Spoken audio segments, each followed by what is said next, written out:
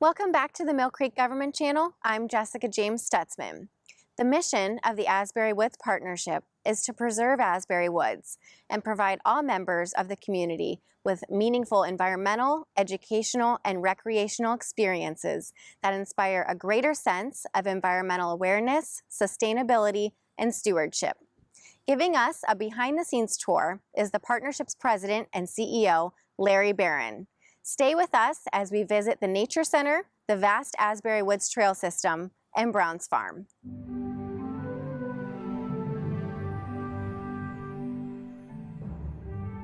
Larry, thank you so much for allowing us to come out to Asbury Woods today and letting us pick your brain and have you give us this tour today. I really appreciate it. Well, thanks for coming. We recently actually had you in the studio at the Millcreek Government Channel to meet you, introduce you to the public, and so they could get to know you better. But since your arrival, there have been some big changes here at Asbury Woods and with its organizational structure. So can you tell me how has the ownership of the park changed and where are we heading next? Yeah, well, when I first arrived, being new to Erie, it was probably appropriate for me to get out and talk to folks, and I did a lot of speaking engagements. And I was still learning about Asbury Woods myself. I'd never even knew that Pennsylvania touched Lake Erie until I got the job, so I was learning about the area. But I was amazed at how many people didn't know who owned Asbury Woods. A lot of them assumed it was protected. It was already a town park, or some knew the school district owned it, but didn't realize that it was an asset to them, not a preserve. So it was easy to get support for Asbury Woods, but the hard part was it actually needs to be purchased in order to be saved. So we went through a whole process. Actually, within the first month I was hired 2 years ago, we were already negotiating a sale.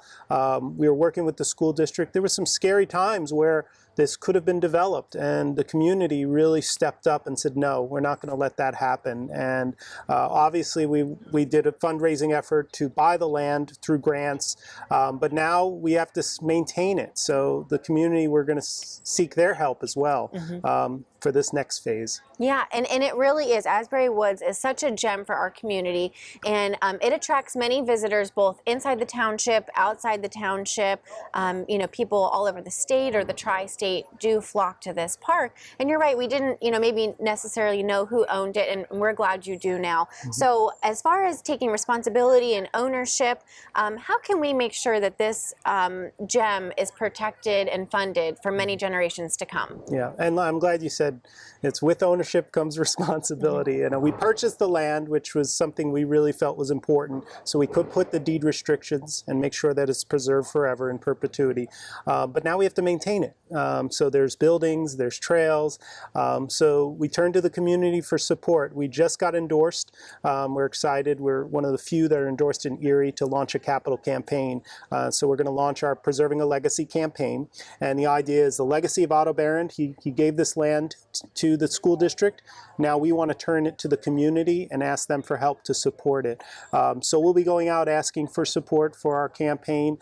We have, obviously we still are in a situation where we've purchased the land, but because of the state budget impasse, we didn't get as many grants as we had hoped, so we have a large loan to pay back. But we also have capital needs. Lights need to be turned on, roofs need to be replaced, trails need to be maintained, so we have some capital items. And then also, we're going to start our first, or really build up our endowment. And this will help keep the place open for years and years to come. And if we were ever to go away, we're going to turn it over to Millcreek Township and it'll become a park. But while we're here, as our nonprofit, our job is to maintain it, and we're going to look to the community for help. Of course, and like you said, I think there are so many times when you think it's a park, what needs maintained? But you're right. I mean, there are so many things, like you mentioned, the trails, the lights, the electric bills, the gas bills, utilities, things like that. So we do need to make sure that we support Asbury Woods. And can people become a member here? Yeah, that's a great way to support us. You know, we have a very small membership base when you compare to places like the zoo where there's admission charges. There's obviously incentives to become a member. Here, the incentive really is you're showing your support for the woods. But of course, you get discounts to camps and other programs, so there's incentives there. But really, if we could build up our membership base, that would be a great way to support us. So that's something very simple that people can do. And there is some benefits to that as well. We also ask for donations, of course, and we'll talk later about the garden, but that's another way to support us. So yes, membership is really the first and easiest way for people to help support the woods. And what about planned giving? Is that something where people can look into that and say, I want to support Asbury Woods through planned giving? Well, it goes back to Otto Barron. You know, and Otto Barron's, upon his death, we wouldn't even have Asbury Woods. So he bequeathed this land to the school district, and now we bought it from the school district.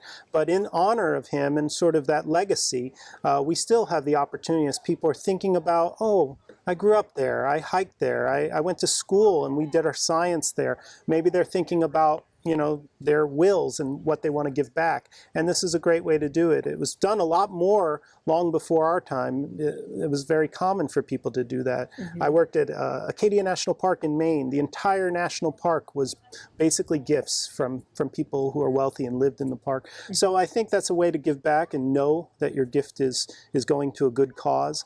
So planned giving is something we're looking at. We actually have people come to us and say, we're thinking about it. Would you help us? And we're here to help you plan that. And if you want to give a percentage of your estate back or land back, we have 205 acres now of Asbury Woods. Maybe one day it'll be expanded. That's incredible. Yeah. And we are standing here in the Otto Barron celebration garden, and this is stunning. The brickwork, the trellis, the beautiful metal artwork behind us. How has this been a fundraiser of sorts for you guys? Well, you know, this one is special. The Otto Barron Celebration Garden is really about honoring someone. Now, it doesn't have to be someone who's passed. My mother's garden is right behind us, actually, and that was one of the first things I did when I arrived. My mother had just passed away, so I set up my own little campaign with my family and mailed out to all my cousins and aunts. And it was actually a really lovely thing we pulled together, and they're all going to come and see it in a few months. So it's a way to honor someone, maybe someone who's passed away. Maybe you just want to honor a baby that was just born. There are little different levels. Like I went the higher level with the garden, but you can also purchase a bench. There are leaves behind us on a tree. All this wall here has spaces for plaques. There's the fountain down below, which has space as well. So you can honor someone in memory of someone. It's just a great way to help support our endowment I talked about earlier, but also honor someone you love. Right, just a special occasion. So, and I have to say, the one thing I noticed about this particular garden is that it's very serene. It would be a great place to come here, unplug from your daily electronics. Was that how the garden was designed, with that, you know, serenity or peacefulness in mind? Yeah, you know, our world is changing so fast. You know, it's so funny. We do curriculum around metamorphosis, and I always think, do kids really know what that is? Do they really see it firsthand, or do, you know, might go to a YouTube video and see a time-elapsed caterpillar turning into a butterfly, but do they actually get to see it firsthand like they do here? I think Asbury Woods is sort of a place where you can still discover those things. And I always thought the garden, when it was built, before I arrived actually, they had that in mind. Like, what if someone has trouble walking into the woods, but still would like a serene spot to sit, maybe sit with their family? Or in the case of my mom's garden, that's a place we're all going to gather and sit and remember Mom. So that's kind of, I think, the thought behind this is it is a place where you can unplug.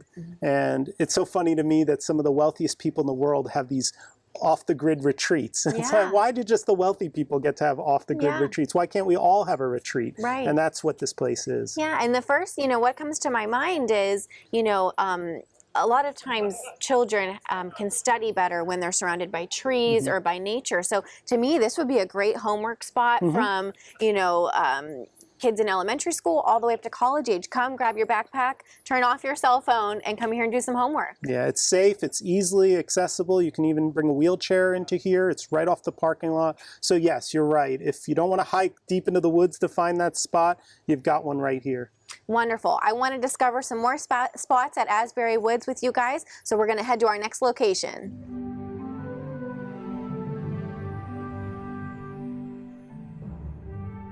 Larry, I wanted to walk our viewers over here, especially for those who haven't been here in a while, to the entrance of the Asbury Woods Nature Center. This entrance is so iconic to Millcreek Township, and that we've featured it on our calendar many times. So this is just the face, I think, of Asbury Woods Nature Center. And before we go inside, I want to talk about all the students that come through your doors and the curriculum that you teach them, because it is award-winning, correct? Yes. And I think it's, you know, we've talked about it as a recreation gem and the ecological benefits of this preserve, but really we're on 200 acres of classroom. This is really where science happens for Millcreek students, and now Fairview students have joined in. So with the purchase, we now can open the doors of Asbury Woods, not just to Millcreek students, but all of Erie County. Last year, over 19,000 students came through here, and from K through 12. And what this building is used for, it's actually a classroom in the sense of the traditional. We have rooms where we teach. The whole entire building, though, from the green roof up, down all the way to the geothermal system, it's a way of teaching kids about environmental aspects to buildings as well. But the 200 acres is a campus to teach what we call E-STEM. E-STEM is, we use the environment to teach science, technology, engineering, and math. A good example is not too far from us is the Sugar Shack. And during the late winter, early spring, we teach our curriculum on maple sugaring. And you know, it's one thing to learn about science in a classroom and open up a textbook, but to actually learn about STEM in the field. So in the case of maple sugaring, science behind it. You know, photosynthesis is something that's happening all around us right now. Not just learning that trees make sugar from sunlight, but actually seeing it happen. The kids actually see that when they do the maple sugaring. So they're tapping the trees, they see the sap come out. And then the technology involved. How do we get the sap out of the tree? From early Native Americans just chopping an X in it, to early colonists using different systems to get the sap out, to today just using a tap. So the technology that has evolved. Engineering, when we go into the Sugar Shack, kids actually see the sap turn into syrup, and they see an evaporator pan, they see the equipment that's used. And then math. Well, how much sap do we have to gather today to make just 1 gallon of syrup? What's the math equation? 40 to 1. We gathered 80. How many gallons are we going to get? 2. So all of those things happen through the outdoors. We do STEM using the environment. It sounds like this is a very holistic approach to learning, and rather than teach, you know, one subject, just math or just science or just history, it sounds like everything is connected in, you know, like a web almost, and it's all integrated. Yeah, and like I said, you know, how's the best way to learn things? We talked earlier, you could talk about metamorphosis, like I said earlier, but have you ever held it in your hands? Have you ever seen a nymph? Have you ever seen a larva? This is the real way that science comes alive, is because we use the outdoors as our classroom. And you mentioned the green roof, and actually students and staff and educators can walk on the green roof and take samples and like you said, just really learn from it, being in it, and using it as a real life example of, you know, how to incorporate green and eco-friendly practices into your green building. Yeah, and they challenge us. You know, we ask the students, how is it working? We give them the equipment. So they tell us, is the green roof really doing what it's supposed to? Is the geothermal system working the way it's supposed to? Are our windows working the way they're supposed to? So the kids are testing us out and seeing if the building is actually up to par.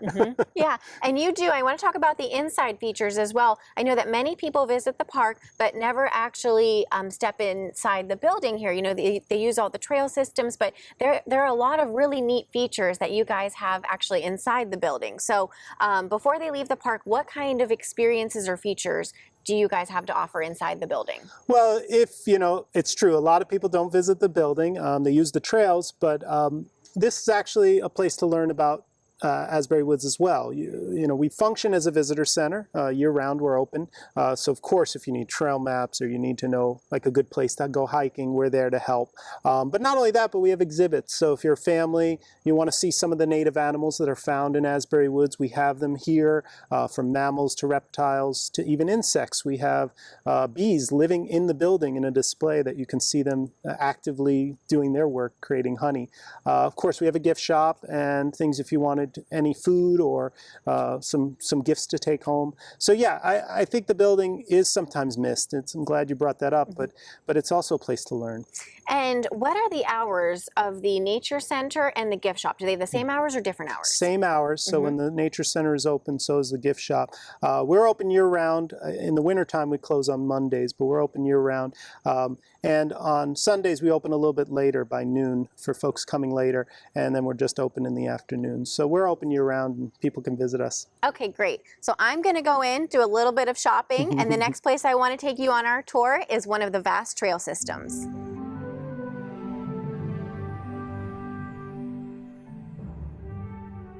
We are just off the exhibit hall and we have entered the discovery room. Yeah. So this is a really special place where preschool programs happen, is that right? Yeah, this is our preschool classroom. Also, we do TOTS programs, so for the little guys. Okay, and can anyone rent these spaces here at Asbury Woods? Yeah, this particular space is where we do birthday parties, and we have a number of different themed birthday parties, from fairies to pirates to nature-based themes. So yeah, this is where we do our birthday parties. But we also have other rentals. We've seen the Celebration Garden for weddings. We have a classroom that actually could be opened up into a large room. Maple and oak can be combined for up to 80 people for a wedding. Later, we're going to see Brown's Farm Barn. A lot of people have been asking about weddings there. So we're looking into it. It's something that we hope to maybe one day provide people. Of course, and that's definitely on my brain, just getting married. I was going to ask you, how many people could be out there at the Celebration Garden. It's absolutely gorgeous to be a great venue. Do a circular setting for the wedding, and you could go from there. Where can people find rental information? Should they call in? Should they stop in, visit the website? Well, eventually they'll want to visit the site so we can show them all the places. You can start with the website. We have the rental section so you can compare the prices for different places. But eventually the bride, the mom, the wedding planner will want to come out and meet our rental coordinator, and she will take you through on a tour so you can see all these options. Like I said, Brown's Farm off Steratania that we're going to visit later. A lot of people have been asking about that barn, and we've never done it.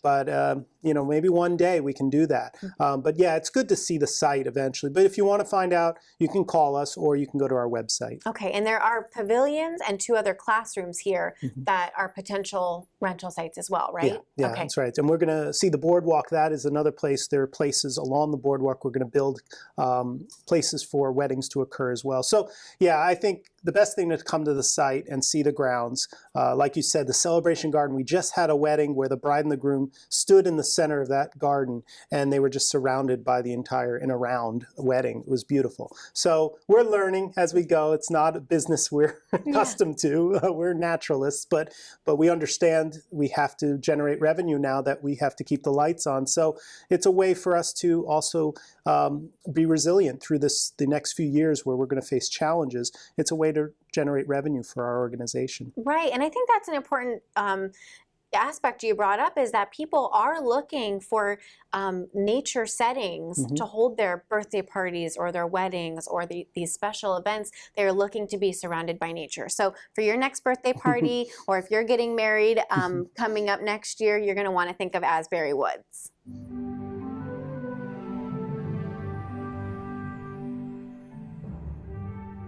Asbury Woods has something for everybody, even in the upcoming snowy winter months. We are standing on the boardwalk that is crucial for so many of your events, and there's also a large renovation that's going to be done through the capital campaign.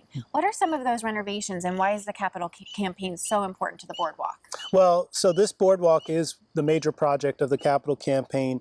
We talked earlier about having to build an endowment so that we can keep the place running, but we found big needs. Over the last year, we did an assessment of the property, and it was owned by the school district, and some things have been left.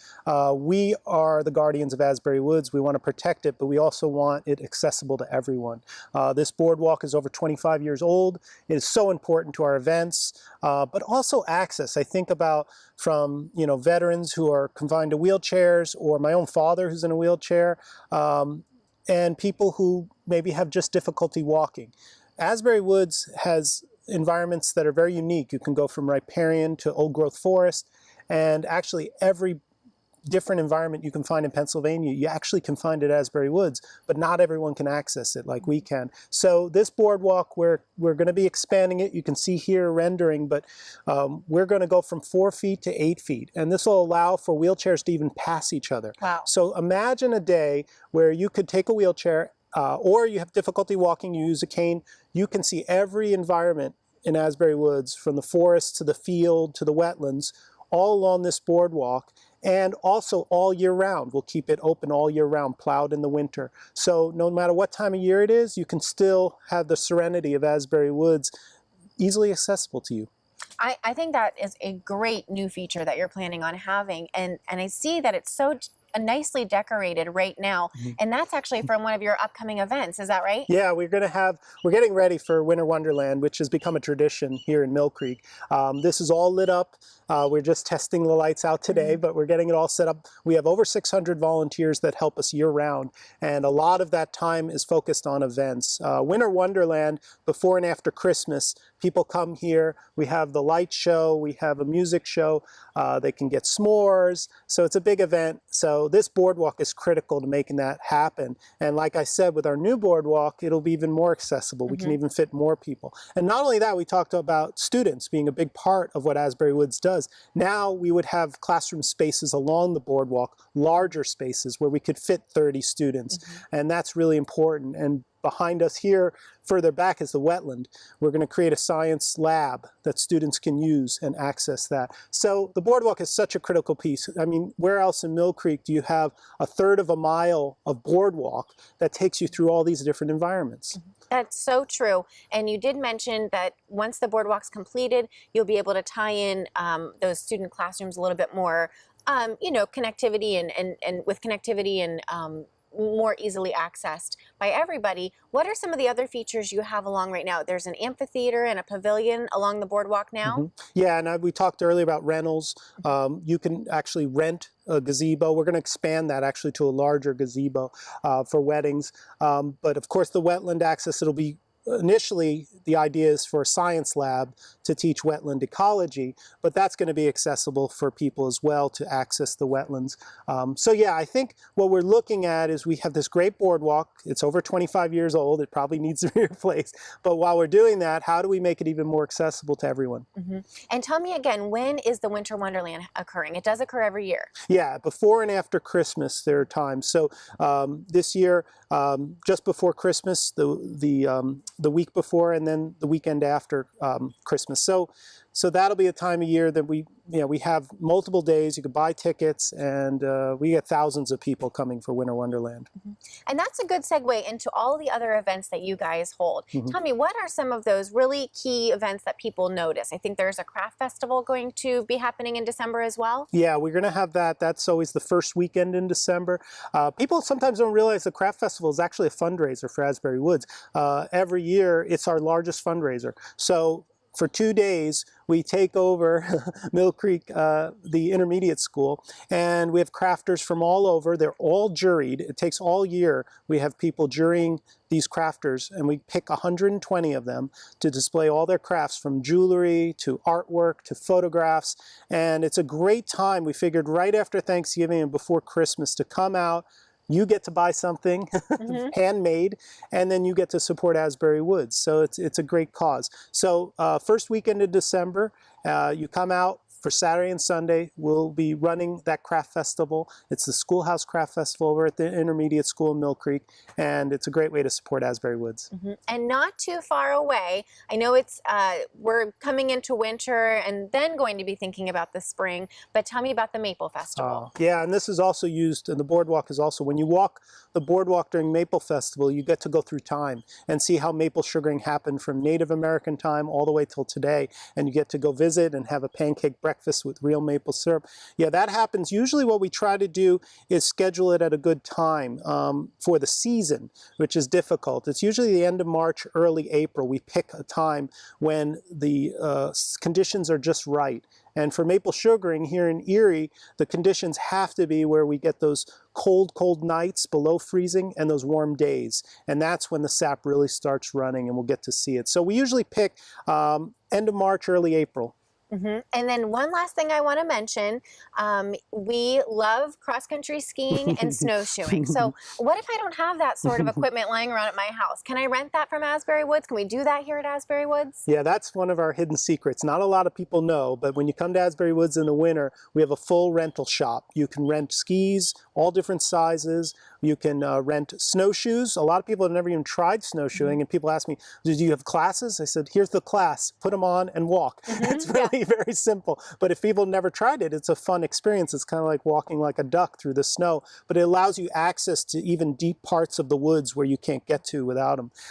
Cross-country skiing, we do clinics. So not only do we have the rental program where you can rent your skis, but we also have days where you can have an instructor. We have instructors that come out here. They don't work for us full-time. They just work in the winter to do our clinics. So if you want to learn how to cross-country ski, it's great. It's a great workout in the winter, but also a great way to explore the forest in the winter and see things like tracks that you may not have seen before and access to some of the deeper parts of the woods, all by ski. And we have trail maps that you can use. I know I tend to hibernate in the winter, so this is my excuse to get out and your excuse to get out this winter too.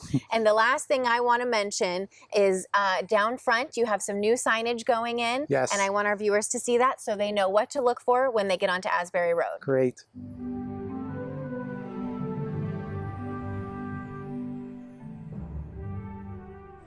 Before we leave Asbury Woods and move along to our next destination, I want to remind our visitors and even new volunteers where the park is located. It is here along Asbury Road, so it might be busy and you might hear some of that noise. I want to apologize, but we'll do the best we can to talk over the cars.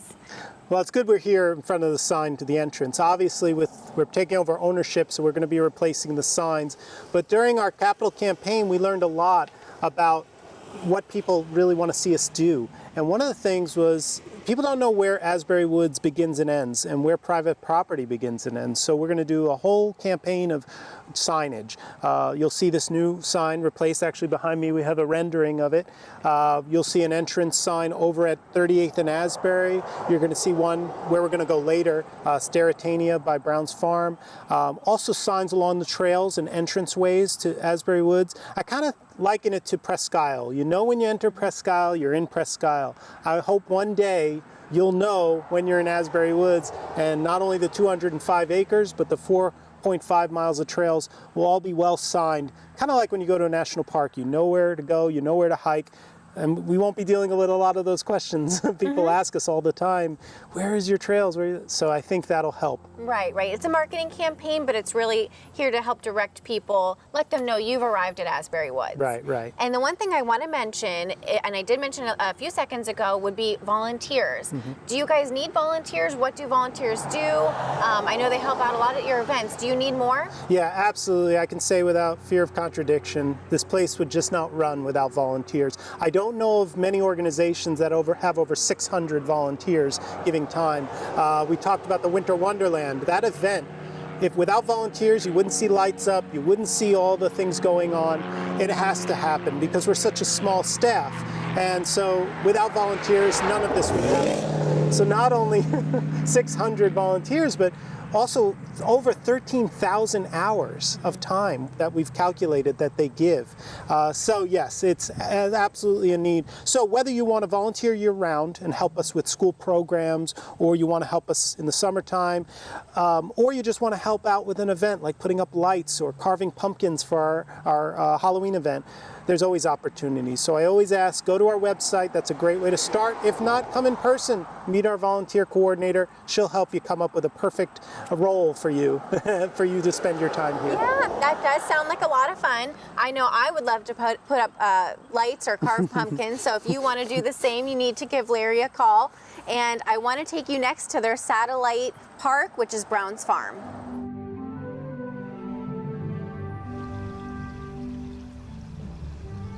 We have traveled a short distance down the road to Brown's Farm, located at 5774 Steratania Road, across from Walnut Creek Middle School. People may not realize that this is also part of Asbury Woods, and that the nonprofit received a number of grants to purchase and protect this particular section. Larry, I'm sure you did a lot of research preparing for those grants, and you and I have both talked about how recreationally important this site is, but also now ecologically as well. What did your research findings present? Well, you're right. Recreation obviously is what people know us for. You know, we estimate about 130,000 people use our trails. Wow. Biking, hiking, walking their dogs. But you're right. For the state grants, we had to dig deeper, and what we found is this is also an ecological treasure. And we found 13 species that are a species of concern, including the rare and endangered pumpkin ash, which is one of the few places you can find that tree is here in Asbury Woods. But not only that, a natural community that one of the 3 natural communities that are here, Walnut Creek Gorge. And the gorge itself is actually has a area of concern, which is where the water seeps out of the rocks. It's called a river bluff seep, and there's some rare plants growing in there. So it's great to know, we're pleased to know that not only did we save this recreational treasure, but also an ecological treasure. It's like Millcreek's own little national park. It is. It's gorgeous here. We've got a beautiful sunny day, and you know, as you saw the barn right off the road, we're just in here at the picnic shelter at a picnic bench, and this is just a little hidden gem right off Sterretania Road. So, and I know that your staff also uses this park as well. You know, it's connected back through the trails and through the stream, but it's just a short driving distance. So how does your staff use the park? Well, it's a good question. We serve so many students, and we've seen the Nature Center, and this just allows us to spread out a little bit. And actually, access to Walnut Creek is much better from here. We're just behind us is Walnut Creek. So what we do is we use our middle school programs happen here. This is where we do watershed education.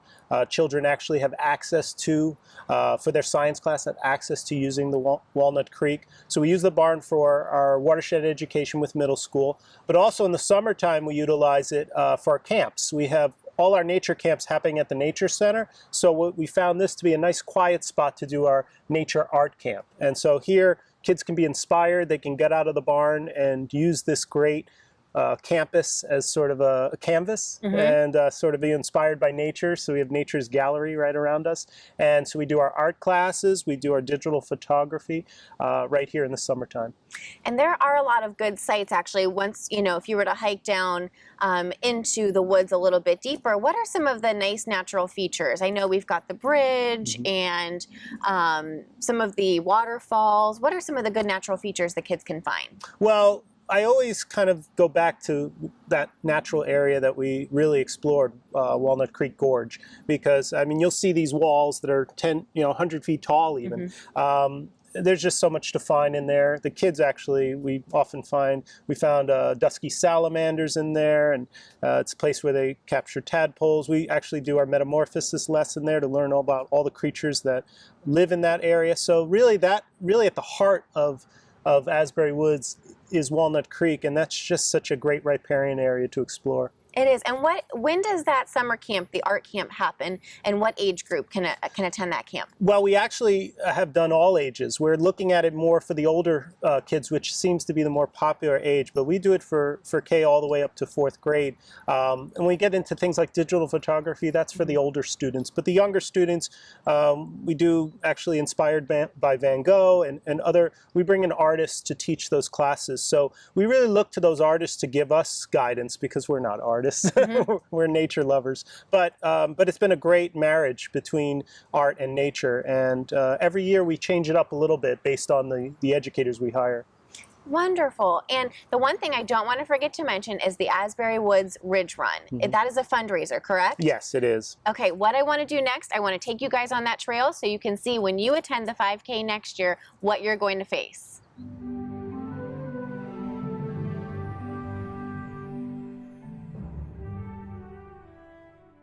So on our walk of the Asbury Woods Ridge Run 5K trail, we actually bumped into Jay Pratt, who is McDowell's boys cross-country coach. Thank you so much for joining us today. Sure, thanks for having me. And both of you are actually the perfect people to answer my next question. I want you to tell me a little bit more about this Asbury Woods Ridge Run 5K. Yeah, well, it's one of our fundraisers, and this is the spot where we have racers come, and obviously it's a fundraiser for Asbury Woods Partnership, helps us do what we do. Over 100 runners from all over, actually, and it's a great race. It's a great way to get outside. I know there's a lot of races going on in Erie, but this is our special one, the Ridge Run.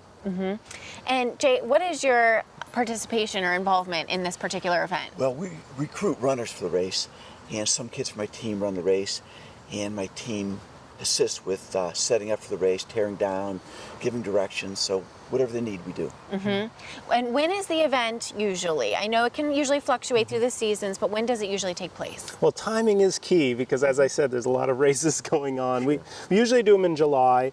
We haven't set the dates yet for 2017, but we usually choose July. We're looking at other options, but summertime is usually the time when we have our race. And what makes this race so special? You said it is different than the other ones. You know, there's a great nature trail that they get to follow. You know, what do the runners get to see when they're on the trail? Well, it's an actual cross-country course as opposed to a road race. You're just out in the road. Here you're in nature, and there's hills and uphills and downhills, just something different. It's just beautiful out here, and we encourage people to come and check it out. Wonderful. It is beautiful, and this is a gorgeous day for it, actually. And so we can understand why you were practicing and out here running today. Just out here every day. And when you do this fundraiser, what are the funds used towards back at Asbury Woods? Well, this is not one of our larger ones like Wine and Dine, but a small amount of money that we use for programming. So when we think about all the stuff we do here at Brown's Farm, we've talked about watershed education, helps to provide supplies and other things for our programming at Brown's Farm. That's great. And you guys are going to love this 5K. It's a great trail. There are some hills, so come prepared. But Jay, I do want to talk a little bit more about McDowell's cross-country team. Tell me what you guys do here and what you do to practice and maybe what other people can do to practice for a 5K. Okay, there's MYAA cross-country kids use this as the middle schools, the high school, and adults. There's always somebody out here running. I've never been out here without seeing somebody. It's in the team, we use this for practice. The kids give back to the community too. They give back between 500 and 1,000 hours every year of community service. We repair holes, cut down weeds, just anything that needs done out here. We help the woods. We help with the fundraisers they do and the craft fair, just anything they need, the kids give back. And the kids are great at giving back, and it's just very important. We're out here for practice all the time. We use this. We're here probably a couple hundred days a year just for practice. So it's a great place to be. It's a gem in the community, and we love it. And what do you think, because I'm not a runner, so what do you think would be a good tip for somebody going into their first 5K? Train. Just get out here and train. And if you see us, we're always willing to give you some suggestions, ideas. Shoes are important. You have to have good shoes and just have to be willing to hurt. It's a lot of work. Yeah, and you guys did point out something really almost comical. This line you see behind us. Jay, what is this line from? Okay, the runners, they come down here. Runners they like the shortest path possible. So this is the shortest path from point A to point B. And you can see they all agree on it, so they run the same place every time. Okay, so if you're running your first 5K, I'm going to tell you to follow that line right there. Absolutely. And as far as dogs go, if people are just hiking here on a normal basis, are dogs allowed here at Brown's Farm? Yeah, we say on a leash and pick up after yourself. We have trash around here.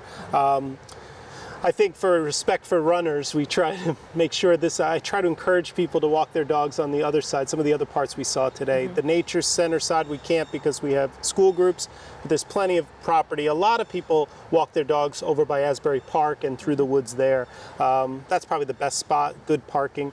And also here, a lot of the runners park, so it's harder to sometimes find a spot. So I try to encourage people to go, but you can walk here with your dog on a leash. Wonderful. And there are little doggy bags if you do forget yours. Make sure you grab some doggy bags before you go out on a walk with your dog. And like we said, clean up after the dog because there are a lot of runners here. I just want to thank you guys both so much for coming out here today. Jay, for letting us bump into you during your run. This has been an absolutely wonderful show. Thank you both so much. Okay, thank you. Thank you for having us.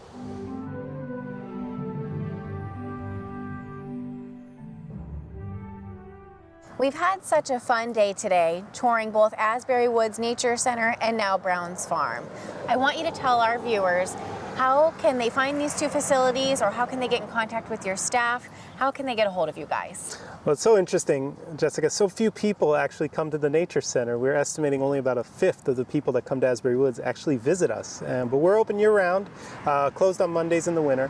So the best way is to come to the Nature Center. We're not far from the corner of Asbury and 38th, but also they can call us, 835-5356. But we have an active website and an active Facebook page as well. Beautiful. So that's how you should get a hold of Asbury Woods Nature Center. This has been an amazing day rediscovering all that Asbury Woods has to offer the public. Viewers, if you liked our show today, be sure to show them your support by hiking the trails at Asbury Woods and Brown's Farm, attending the partnership's events, or consider making a charitable contribution. I'm Jessica James Stutzman, and until next time, have a great day.